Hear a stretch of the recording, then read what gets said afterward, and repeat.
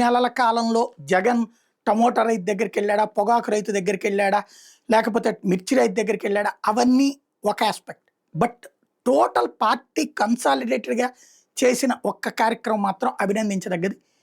ప్రభుత్వ మెడికల్ కళాశాలని ప్రైవేటుకి ఇస్తూ తీసుకున్న ఒక దుర్మార్గపు నిర్ణయం, ఒక రాష్ట్ర ద్రోహ నిర్ణయం. దాన్ని రాష్ట్ర ద్రోహం అనే అంట నేను. ఇప్పటికీ సమర్థించే అమాయకుల్ని లేదా సమర్థించే మేధావులకి హ్యాట్స్ ఆఫ్. వాళ్ళ తెలివితేటలు కనీసం వాళ్ళ కుటుంబానికన్నా పనికి రావాలని కోరుకుందాం.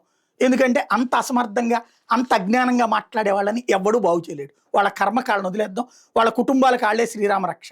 మన వరకు అయితే ఆ దరిద్రాన్ని వద్దనుకుందాం. ఎందుకంటే ప్రభుత్వ మెడికల్ కళాశాల అనేటటువంటిది మెడికల్ చదువు చదవాలనుకునే వాడి యొక్క జీవితానికి ఒక అద్భుత అవకాశం.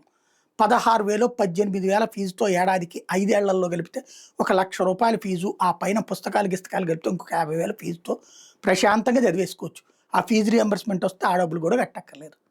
జీవితం ధన్యం అవుతుంది. ఒక చక్కటి డాక్టర్ అవుతాడు. తక్కువ ఖర్చుతో తయారైనటువంటి డాక్టరు మనల్ని పెండకుండా, పీడించకుండా, హింసించకుండా, వేధించకుండా, దోచుకోకుండా పనిచేసి పెడతాడు. కాస్త తక్కువ ఖర్చుతో మనకి చూస్తాడు. అదే ₹1,00,00,000, 2 కోట్లు, 3 కోట్లు తగలేసి డాక్టర్ అయితే ఆ తర్వాత అది మన దగ్గర నుంచినే పిండాలి కదా. అందుకోసం మన బ్లడ్ని సక్కింగ్ చేయాలన్నమాట.